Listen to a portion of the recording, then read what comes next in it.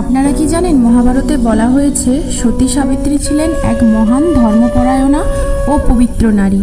তার ভক্তি ও সতীত্বের শক্তি এতটাই প্রবল ছিল যে মৃত্যুর দেবতা ধর্মরাজও তার সামনে নত হয়েছিলেন। সাবিত্রীর স্বামীর নাম ছিল সত্যবান। তিনি ছিলেন সত্যবাদী ও ধার্মিক এক রাজপুত্র। একদিন সত্যবান কাঠ কাটার জন্য গভীর বনে যান, কিন্তু বিয়ের আগেই দেবর্ষি নারদ ভবিষ্যৎবাণী করেছিলেন সত্যবানের আয়ু খুবই কম, বিয়ের 1 বছরের মধ্যেই তার মৃত্যু হবে।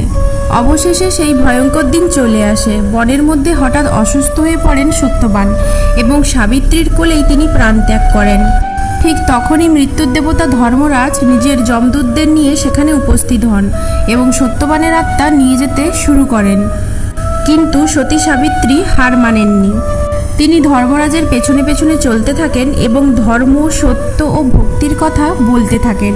সাবিত্রীর সতীত্ব ও ভক্তিতে সন্তুষ্ট হয়ে ধর্মরাজ অবশেষে সত্যবানের প্রাণ ফিরিয়ে দেন। এইভাবেই সতী সাবিত্রী মৃত্যুকেও জয় করেছিলেন।